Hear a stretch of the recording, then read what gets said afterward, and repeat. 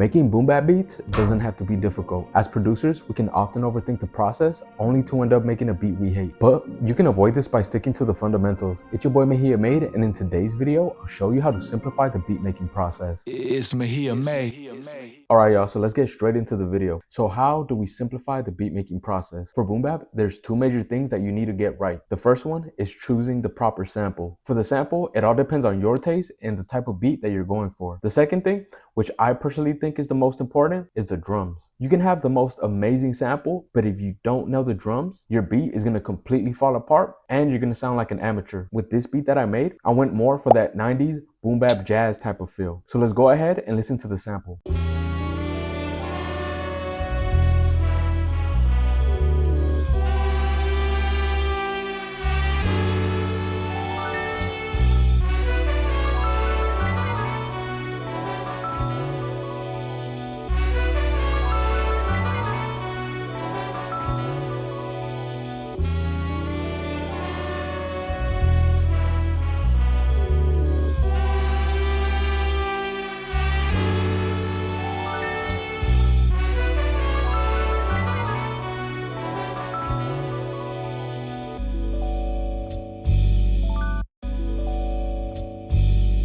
So for the sample, there's a really easy way to simplify your process. The main tip that I have for you guys is to always have a folder of samples available to you. Personally, what I like to do is take a complete day where I'll just go out and hunt for samples, whether that's through Splice, YouTube, etc. I'll collect all the samples that I like and find for that day and put them in their own separate folder. That way, when I want to make a beat, I already have a folder of samples that are personally curated by me. So whether I want to start my beat with the sample or I already have some drums laid out, I know exactly where to look in my folder to find the type of sample that will fit with the drums that I have laid out. So with the sample out the way, it's now time to start approaching the drums. For this beat, I actually used the drum loop that I made. I will go ahead and break down the drum loop because I do have more tips on how to simplify putting your drums together. This is what the drum loop sounds like.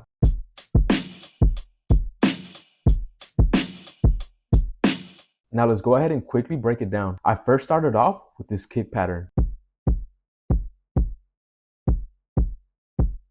And as y'all can tell, the kick is not quantized. With the kick now providing some of the groove, I then added this snare.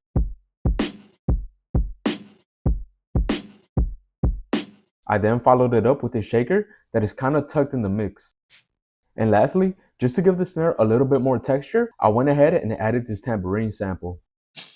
Now, the way you can simplify putting your drums together is by recognizing the drum fundamentals for boom bap. What I mean by that is by overall, there are 4 main drum sounds that you need, which consists of the kick, snare, hi-hat, and open hat. For this drum loop that I put together, I am using 5 sounds, but overall, I kept my drum pattern very simple and I didn't try to do too much with my drums. But you guys should get the concept. All you really need is those 4 drum sounds, and anything added extra should be either adding texture or be used as a layer to beef up either your kick or snare. And just like your samples, I would really suggest to you guys to create a folder of your own drum loops. The final thing I did is stretch it from 96 BPM to 91 BPM, and then I tuned it down by 2 semitones. So now putting everything together, this is what my beat sounds like.